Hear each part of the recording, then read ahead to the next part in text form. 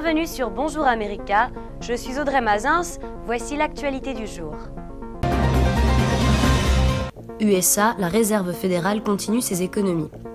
La présidente du Conseil des gouverneurs de la Réserve fédérale des États-Unis, Yellen Janet, a déclaré que les futures décisions prises en termes de dépenses auront un impact sur les perspectives économiques des États-Unis. Elle a précisé que la croissance, l'emploi et l'inflation sont au rendez-vous et que la Fed va continuer à resserrer le robinet monétaire.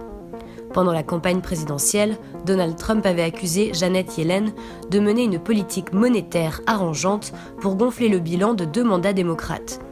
Celle-ci lui avait rétorqué que la Fed ne se mêlait pas de la politique. Même si l'inimité est mutuelle entre ces 2 personnalités issues de la même génération, le président va devoir composer avec Janet Yellen jusqu'à la fin de son mandat en janvier 2018.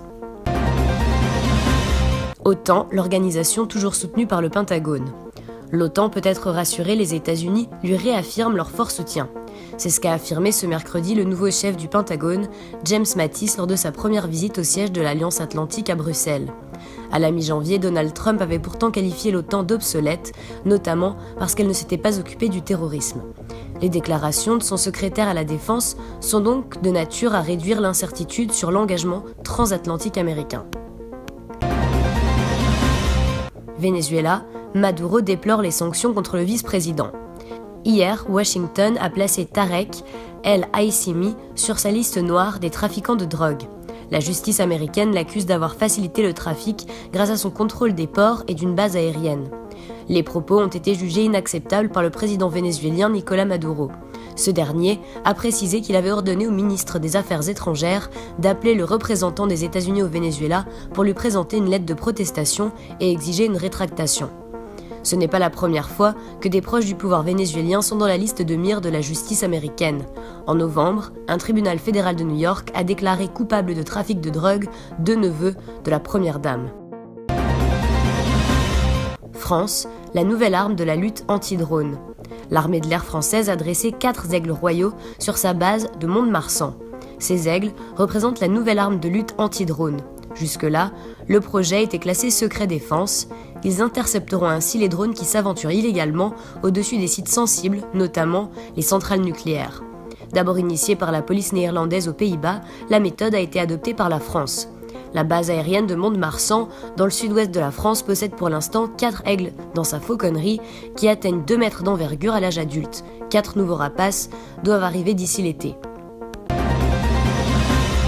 Allemagne, Merkel veut accélérer l'expulsion des clandestins. Le cas d'un terroriste cristallise les tensions entre l'Allemagne et la Tunisie. Cet homme était en situation irrégulière. L'Allemagne voulait l'expulser, la Tunisie aurait traîné les pieds. Il finira par tuer 12 personnes avec un camion bélier. Depuis cet événement, Angela Merkel hausse le ton pour réclamer le renvoi des personnes en situation irrégulière. Elle l'a répété à son hôte tunisien, demandant même une accélération des expulsions de clandestins. Il faut dire que la chancelière est sous la pression de son opinion publique à quelques mois des élections générales. Union européenne, Canada, accord de libre-échange approuvé. Le Parlement européen, réuni en session plénière à Strasbourg, s'est prononcé en faveur de l'accord de libre-échange entre l'Europe et le Canada.